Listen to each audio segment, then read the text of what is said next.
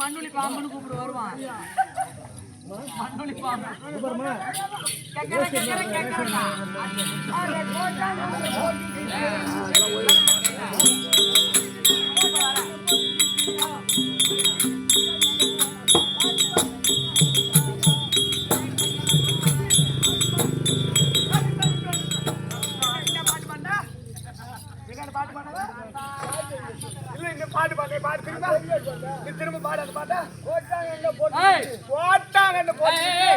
அவன் என்ன சொன்ன? திரும்பி பாடுதானே சொன்னான். திரும்பி பாடு. பாடு. பாரு. முந்திக்கிட்டு பாக்குறியே. பூனை மச்சான். ஆடா பூனை மச்சான். பூனை மச்சான். தெளிவா பாடுறா பூனை மச்சான். பாடு.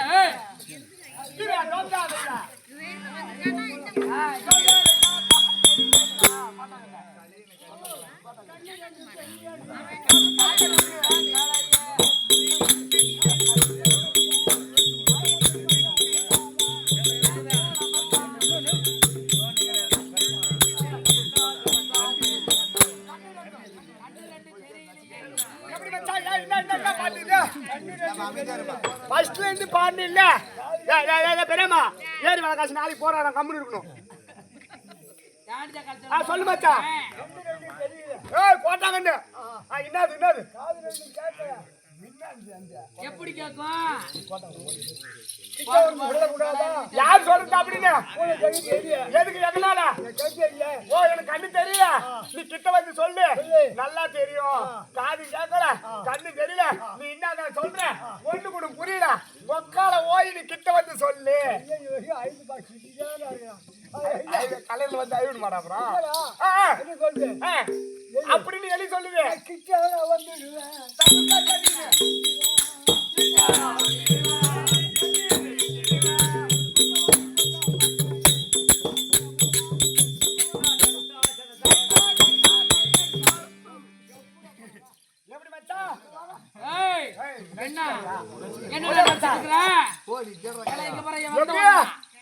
கிட்ட வந்து சொல்றவா உன்னை எட்டு புடிச்சிடுவா.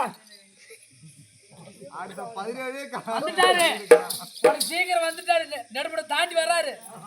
ஏறி தான் இருக்க.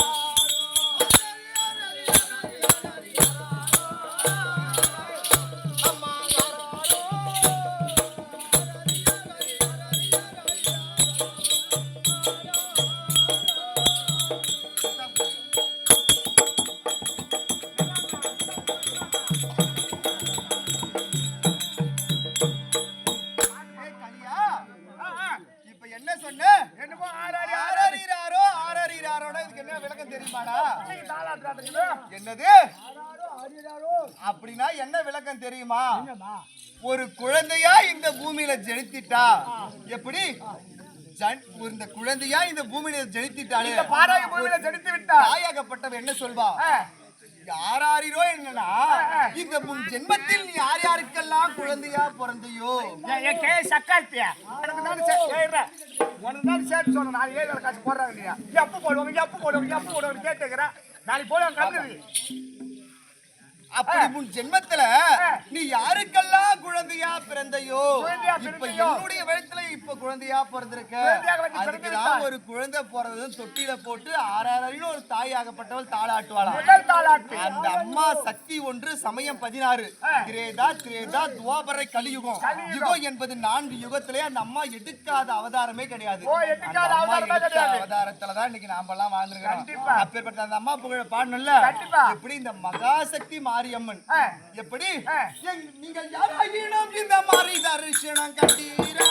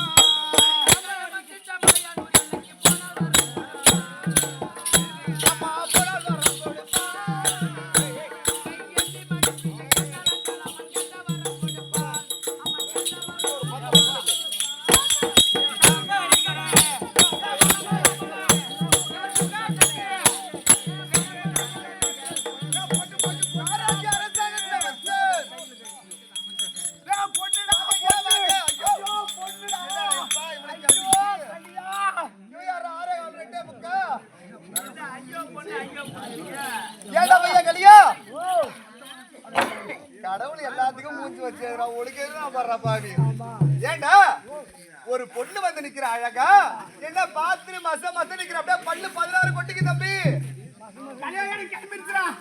எனக்கு கிளம்பிடுச்சு. என்னதுரா மேடம் வராண்டியப்பா என்னமோ என்ன அடி பண்ணுவேன் உனக்கு இந்த வயசுல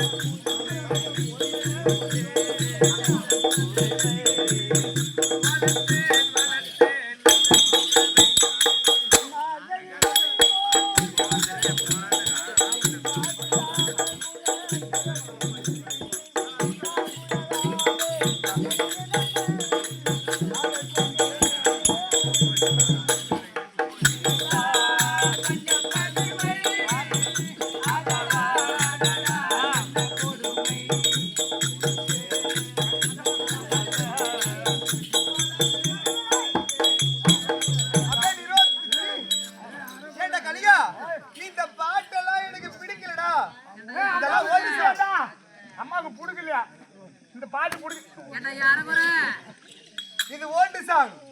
இப்ப ஏத்த லேட்டஸ்ட் அந்த மாதிரி ஐ அம் நியூ வா நீ நாத்தி என்பது போகட்டும். ஏனா சிரிக்க வேண்டும் சிந்திக்க வேண்டும். ஒரு பொண்ணா பிறந்தா ஒரு அக்கா தங்கச்சி போல பார்க்கணுமா? எண்ணி எண்ணி காவியத்தை எடுத்து பாராய். அது எந்த நேரம் காம சிந்தனை அதுவே நோக்கும். பன்றிகள் பல குட்டிகள் போட்டால் பயன் என்ன? ஒரு பதுமை யானை குட்டிக்கு சமமாகுமா? பதுமை இந்த யானை குட்டிக்கு அந்த சமமாகுமா? மாதிரி என்னதான் ஒரு ஆடவருக்கு புத்திமதி சொன்னாலும் பல்லு புறா கொட்டிக்கிச்சு 96 வயசாகுது கலியா உனக்கு. நீ பார்த்ததுல கால்வாசி நாங்க என்ன தொட்டு பார்க்கல. அப்படி இருந்தாலும் என்னதான் உனக்கு புத்திமதி சொன்னாலும் உன்னுடைய காம ஆசையாகப்பட்டது ஒண்ணு விட்டு போகல. அப்படி இருந்தாலும் நான் ஒரு யானை குட்டிக்கு சமமான பெண்ணு. உன்ன மாதிரி பண்டி குட்டி இல்ல. எனக்கு முன்னாடி வந்துருப்பா பாரு டோல்கேட் பஸ் கட்டு கள்ளக்குறிச்சி டோல்கேட் அவகிட்ட வச்சுக்க. இந்த திருநாமலை குட்டி கிட்ட வச்சுக்காத. அப்பா அப்படி இருந்தாலும் கச்சாகுள் பிடித்து கண்ணில்லாம் சூரியனுக்கோ பகல் சொந்தம். இந்த பகலையெல்லாம் சுற்றி வரும் இரவுக்கோ சந்திரன் சொந்தம். தங்க தடாகத்துக்கு தாமரை சொந்தம். வில் ஒடித்த ராமருக்கோ சீதை சொந்தம். கச்சகுள் பிடித்த கண்ணனுக்கு யாரு கலியா சொந்தம்? யாரு சொந்தம்? அப்பேரிப்பட்ட மகாலட்சுமி சபைக்கும் வந்தேன். என்னுடைய விளக்கம் எதனா வேமாடி கழுத. அப்படி இருந்தாலும் ஓடியா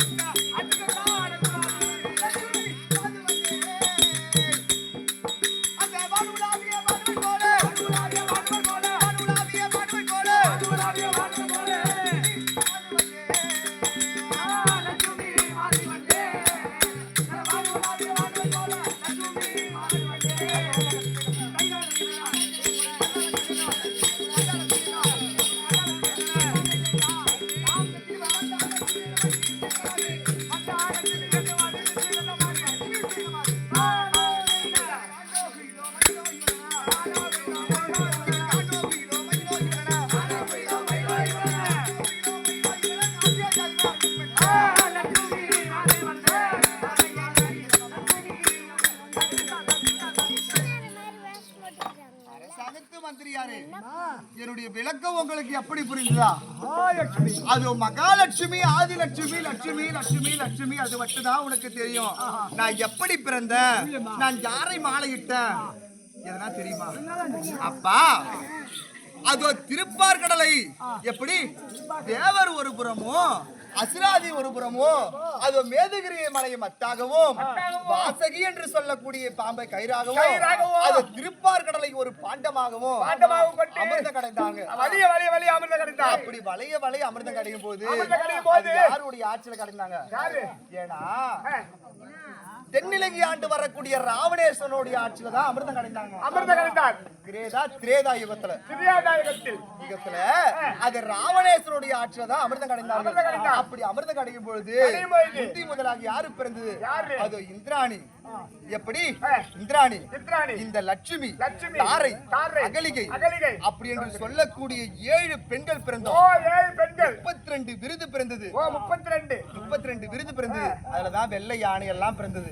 அப்படி இருந்து பிறந்து நான் யாரை மாலையிட்டு அதோ வைகுந்தத்தை பொற்பதமா ஆண்டு வரக்கூடிய ஸ்ரீ நமோ நாராயண எப்படி 10 அவதார மூர்த்தி. அப்படி எங்க வீட்டுக்காருக்கு 1008 நாமதேயம். இதுக்கு முன்னாடி வந்தார் அவரா?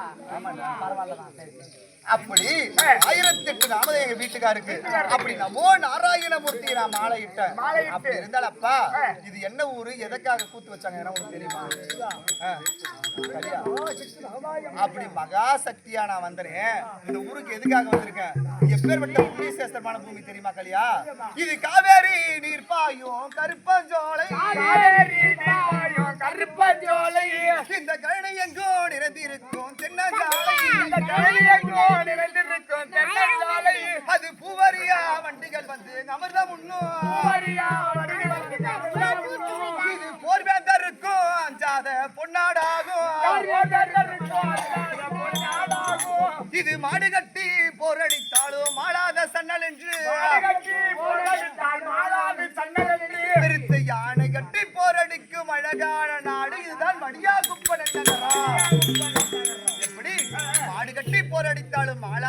என்று விரித்த யானை கட்டி போரடித்தாலும் அழகான நாடு இதுதான் வடியாங்குப்பம்.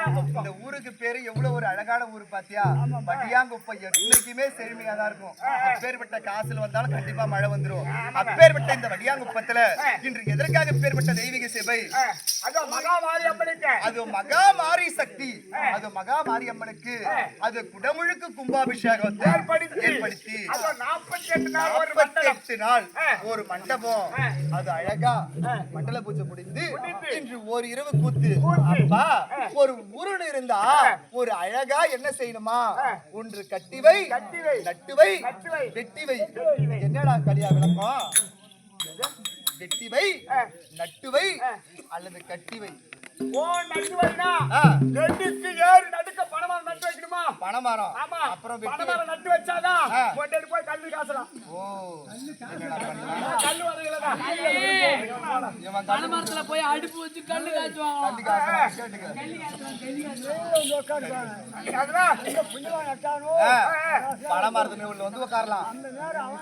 அப்பா அப்படி இல்லடா. ஒரு வெட்டி வைக்க வேண்டும் என்றால் ஒரு ஊரில் இருந்தா இந்த மாதிரி ஒரு பெரிய தடாகத்தை வெட்டி வைக்க வேண்டுமா? தடாகம் என்றால் என்ன? ஒரு குளத்தை வெட்டி வைக்க வேண்டுமா? அந்த குளத்தை வெட்டி வைத்தால் வரப்போற வழி போகிங்க. நம்மள மாதிரி இப்ப என்ன இன்னைக்கு இந்த ஊர்ல இருக்கோம், நாளைக்கு காலசமுத்திரம் சின்ன சேலம் போயிடுவோம். அப்படி நம்மள போல வரப்போறவங்க இந்த வாய் அறிய எப்படி எப்படி இந்த பசியார அந்த வயிறார அந்த ஜலத்தை முண்டு குடிச்சிட்டு மனசார வாழ்த்துவாங்களாம். எந்த புண்ணியமா வெட்டி வச்சானோ அப்படின்று மனசார வாழ்த்துவாங்களாம். அப்படி அந்த தடாகத்தை வெட்டி வைத்தால் மட்டும் ஏன் பின்னாடி சத்தமா? அப்படி தடாகத்தை வெட்டி வைத்தால் மட்டும் போதாதான், அந்த குளத்தை சுத்தி என்ன செய்யணுமா? பெரிய ஒரு ஆழ விரிச்சத்தை நட்டு வைக்க வேண்டுமா? எப்படி பெரிய ஆழ விரிச்சுகன்னா அப்ப பறக்கக்கூடிய இந்த பட்சிகள் எல்லாம் வந்து அந்த நீரை அறிந்து விட்டு அந்த மரத்தடியில உட்காந்து அந்த பழத்தை எல்லாம் புசிச்சுட்டு அதுவும் மனசார வாழ்த்துமா. நம்மள போறவங்க அந்த நிழலுக்கு உட்காரலாமா? அப்படி பெரிய ஆழ விரிச்சகத்தை நட்டு வைக்க வேண்டுமா? கட்டி வைக்கணும்னா என்னடா செய்யணும் கலியா? கட்டி வைக்கணும் என்ன செய்யணும்?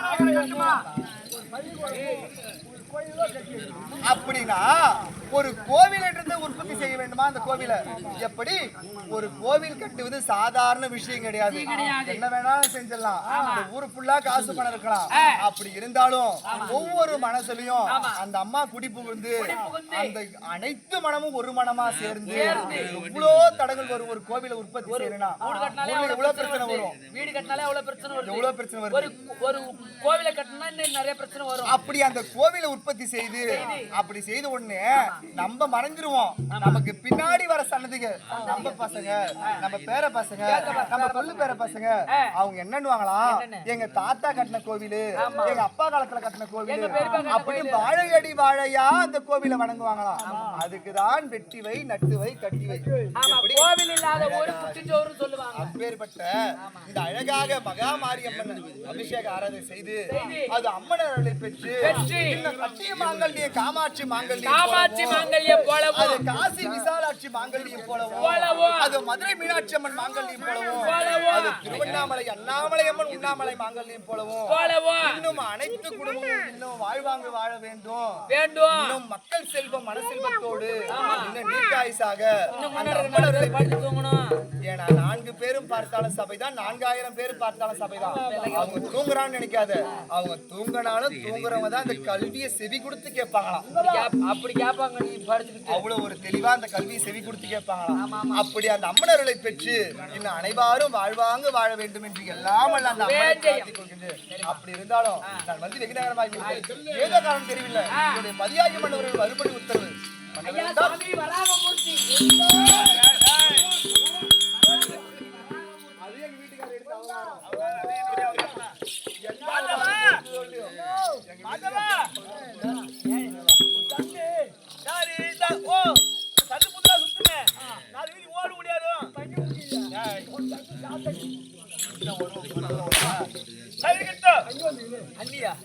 மறுபடி உத்தரவு.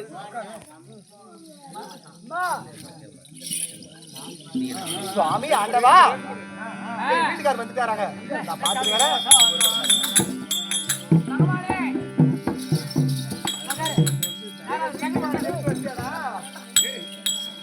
ஏண்டா கலியா, எங்க எங்க வீட்டுக்காரர் எப்ப வருவாரு? இல்ல அப்படி உக்காந்த கீழே அடுப்பு ஏறி உள்ளான்னு தான் பார்த்தேன். ஓ சுவாமி ஆண்டவா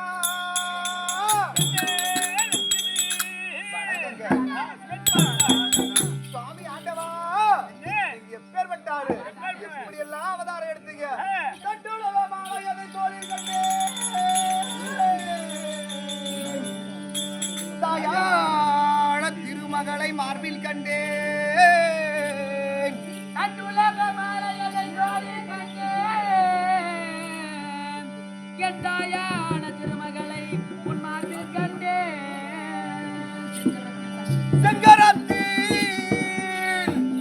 செங்கரத்தில் சங்கும் சக்கரமும் கண்டேன் உந்தன் செந்தூர முகத்தில் நாமம் கண்டேன்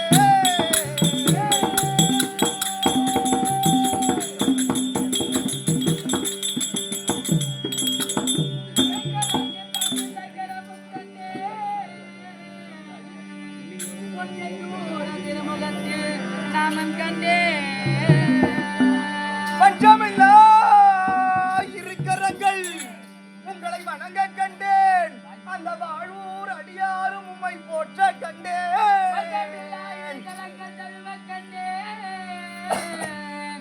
அந்த வாய்மையூர் அடியார்கள் என்று உன்னை திருப்பதியில் வணங்க கண்டேன் திருவேங்கிட மாமலையில் இங்கிருக்கும் உன் செந்தூர நாமம் கண்டேன் சுவாமி ஆண்டவா எப்பேற்பட்டாரு நீங்கள் அரங்கர் குலத்தை பறக்க செய்த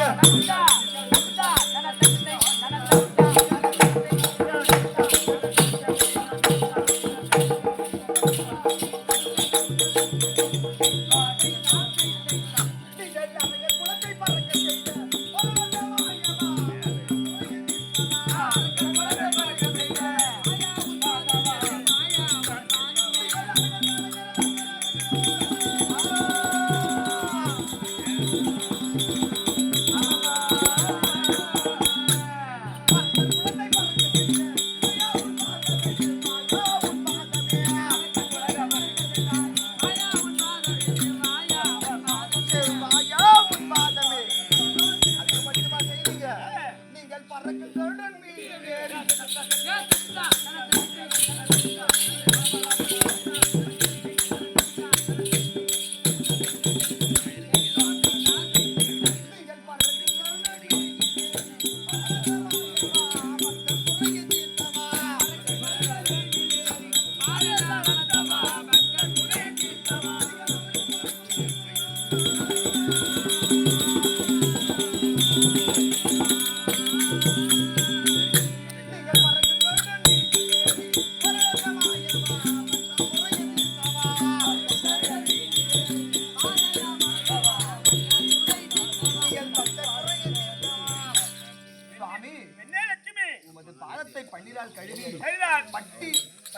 பட்டாடையால் துவட்டி அது மல்லிகை கோங்கு முல்லை பாரிஜாதம் என்று சொல்லக்கூடிய மலரை வைத்து ஏடா இதெல்லாம் வச்சு சேவித்தாலும் வாடக்கூடிய மலர் அல்லவா அதனால் அன்பு மலரை வைத்து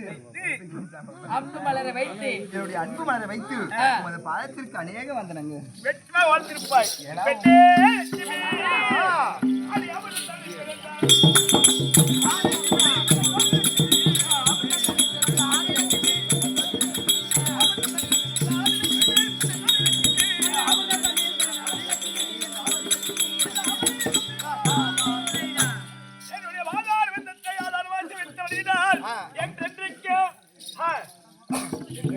பார்வை விட்டு இனி விரியாமல் என்னோடு சேர்ந்து வாழ்ந்திருப்பாய். தங்கள் சித்தவருடைய பாக்கியமாகட்டும் சுவாமி.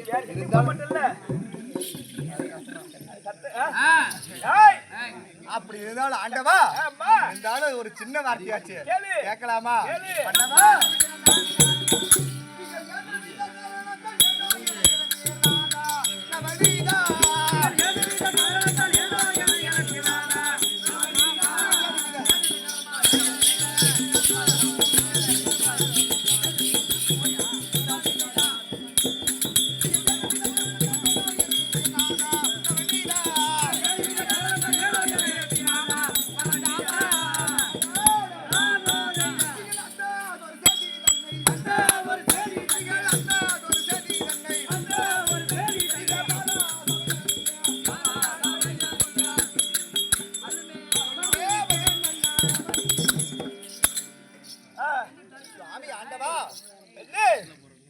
எப்பொழுதும் உங்கள் இடைவிடாமல் தங்கக்கூடியவள் இந்த லட்சுமி. மார்பிலே தங்கக்கூடியவள்.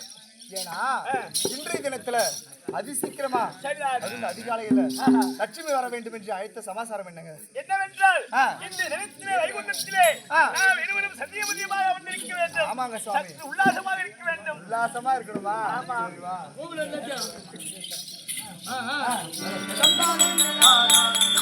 ஏன்னா எப்பொழுதும் அப்படி கேட்கறதுக்கு போக மாட்டேங்கிறான். ஏண்டா கலியா எங்க வீட்டுக்காரு இன்னைக்கு என்ன சந்தோஷமா இருக்க சொல்லுகிறாரா? ஆசை இருக்குதா? ஏன்னா எப்பொழுதும் தங்கச்சி தங்கச்சி தங்கச்சின்னு எங்க வீட்டுக்காரு போயிடுவாரு. இன்னைக்கு என்ன தெரியல ஒரு இதுவா கூப்பிடுறாரு. எனக்கு ஒரு மாதிரியா தான் இருக்குது. யாரையும் உள்ள விடாம வெளியே உட்காந்து ஜாக்கிரதையா பாத்துக்கிறோம்.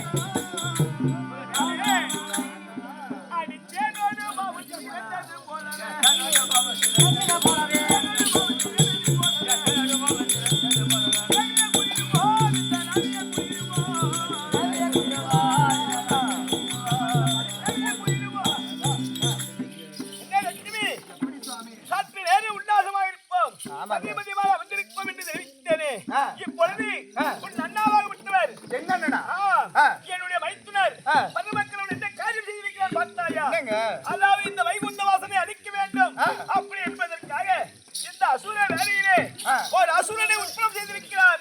எப்படி ஒரு அசுரனை உற்பத்தி செய்திருக்கிறார்? கூத்து பாக்குறீங்களே ஏன் அங்க என்ன சத்தங்க பண்ணா?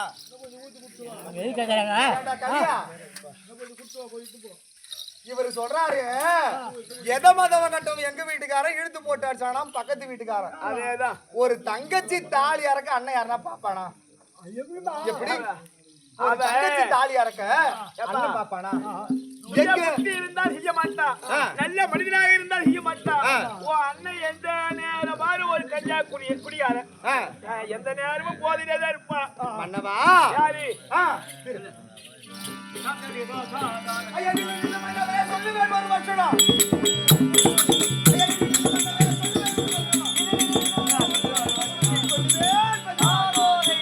புத்தி கட்ட மனுஷா ஏண்டா கலியா எங்க அண்ணன் எங்க வீட்டுக்கார கொள்றதுக்கு ஒரு சூழலை உற்பத்தி செய்கின்றாரு. உற்பத்தி செய்திருக்காரு. இப்பொழுது வைகுண்டம் சென்று என்னை அழிக்க வேண்டும் என்று கட்டளையிட்டு இருக்கிறார். ஆகையால் நான் இப்படி விட்டு விட முடியுமா? முடியாது.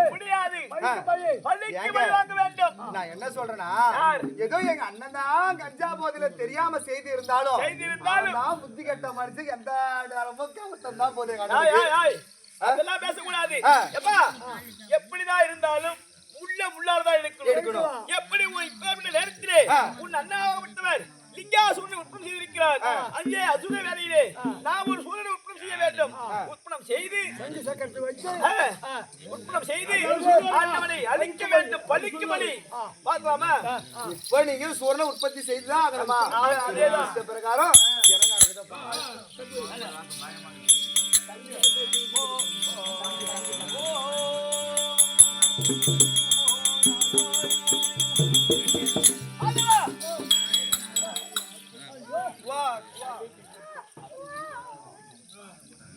இப்பொழுது பார்த்தாயா அசுர வேலையிலே என் கருத்து வைக்கக்கூடிய சங்குவால் உத்தமமாகப்பட்ட இவருக்கு இந்த குழந்தைக்கு சங்கராசூரன் என்று நாளை உடுத்திருக்கிறேன். ஆகையால் நான் அழைத்தேன் என்று பிள்ளையாகப்பட்ட